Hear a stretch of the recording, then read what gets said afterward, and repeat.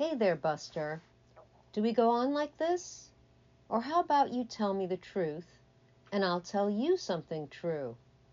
I can even start. Here goes. I was on your campus the other day, where you work now, right? And what do you think I saw, Buster? Right outside the cafe, the one with graffiti on the glass. Angelique was there too, that nice hostess. Just me and her hanging out as people came and left. She was standing in the threshold when suddenly out of the blue she swiveled 180 degrees, hurtling into mid-air. I was just sitting there at a table, calmly eating pizza and drinking a cappuccino, but I saw it too, near her feet, a glowing burst of light, fleeting past her white sneakers into the cafe. I never saw it come from anywhere, not from the street, nor any place my eyes could see. It just appeared, this uncommon thing, bolting between her legs and vanishing. Her head whiplashed to try and follow it, then she thought it must be a rat, and raced inside to ask if anyone had seen it.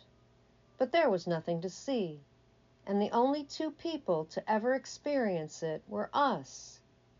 Okay, I thought, what's she going to think when I tell her this? And I said, Angelique, I hate to say, but that wasn't a rat. So, Buster, tell me, is this a true story? Yes, Sarah, I believe you're telling the truth.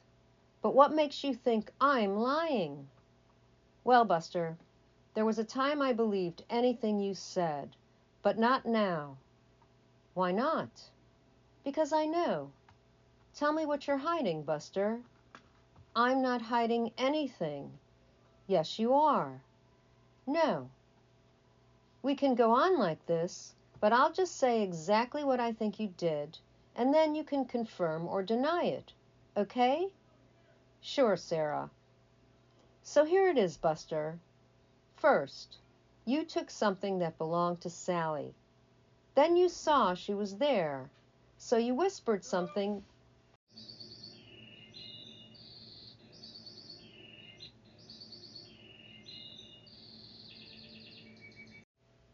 in her ear which upset her, so she wouldn't tell anyone what you did. I never took anything that belonged to Sally, Sarah. Well, did you upset her? No. Well, maybe. You scared poor Sally. Yes. That was snarky of you, Buster. Yeah, well, there's a reason for it, Sarah, because Sally stole Suzanne's girlfriend, which makes her the devil. Come on, Buster. Even if that's true, Suzanne can fight her own battles. I didn't take anything that rightfully belonged to Sally, Sarah. Sure, Buster. Anyway, I'll finish my story about the light at Angelique's feet. We were both mystified, knowing we'd seen something special, and we decided it was a good sign. Turns out, Angelique was no stranger to seeing spirits, and in fact, had just been visited by one the night before. She said she wasn't scared by it, just disturbed, knowing she wasn't alone in her bedroom. I admired her for that. I would have been petrified.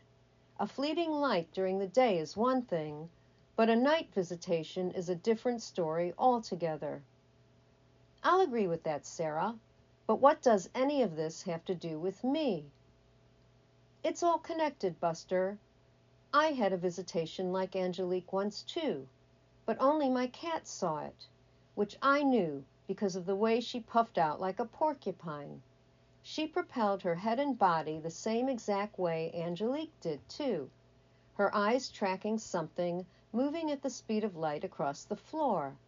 But I didn't see it. My poor sweet cat. I never saw her that terrified before. It took a long time for me to comfort her.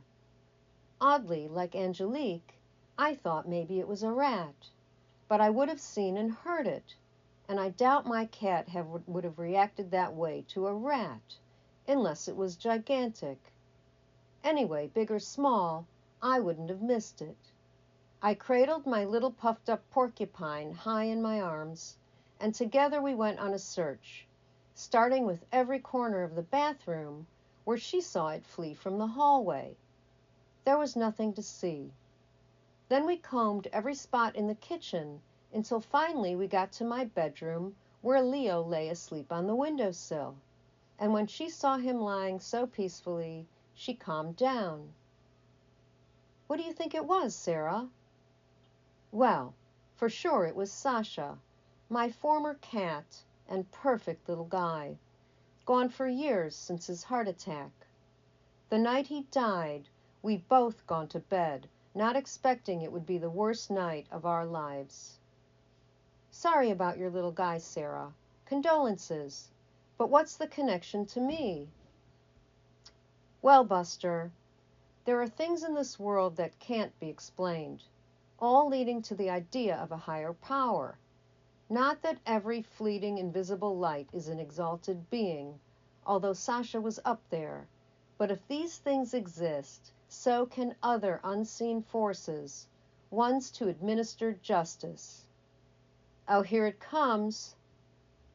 Well, I'm just saying, Buster, you shouldn't have upset Sally. She's a nice girl. For the record, Sarah, I didn't say anything she didn't deserve. She shouldn't have stolen Susan's girlfriend. Trust me, she is the devil. Dramatic, Buster. But Suzanne can take care of herself. And now I'll tell you another thing that happened to me. Silently the senses abandon their defenses.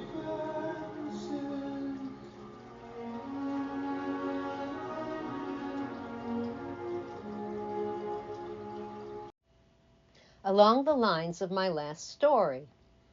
I was sitting alone 5 months after my mom died, and I was petrified due to suddenly learning I needed surgery. It was a serious thing. Then, out of the blue, I heard my mom's voice saying, "Sarah, everything that happens has already been decided, so you can just let go." That calmed me down. I figured, why worry then? I could imagine her, not as a blank spirit, but as an aura, in actual living color. I like that story, Sarah. Sounds like you had a good mom, which doesn't add up to your being the biggest pain. But listen up now, Sarah. The thing you accused me of, it was a painting I took, which wasn't rightfully Sally's. Suzanne poured her heart and soul into those glowing colors, then framed it and gave it to her girlfriend. She was proud of it. Then Sally felt entitled to appropriate the painting along with the girlfriend. I'm actually surprised you're not more sympathetic to Suzanne, Sarah. Well, it's not just me who doesn't understand her, Buster. Suzanne keeps to herself and doesn't say much, so no one really cares. That's harsh, Sarah. Yet you have sympathy for the devil, whom you don't even think is real. Speaking of whom, what I said to Sally was, 1. Being you're the devil, there are rules. First, you fall from heaven. Check. Next, you take someone's painting after stealing their girlfriend. Double check. And then, you convince the world you and your evil cohorts don't exist. Makes sense so far, Buster. I thought Sally was a saint. Right, Sarah. So think of me as delivering a message from your mom, as follows. It's not obvious who's safe to trust. If you commune with your heart, you'll find the answer enameled there in living color. Then, depending upon the answer, you can be open, or when necessary, mount your armored horse with your steel gauntlets on. Message received, Buster. Thanks, Mom. Wild geese that fly with the moon on their wings. These are a few of my favorite things.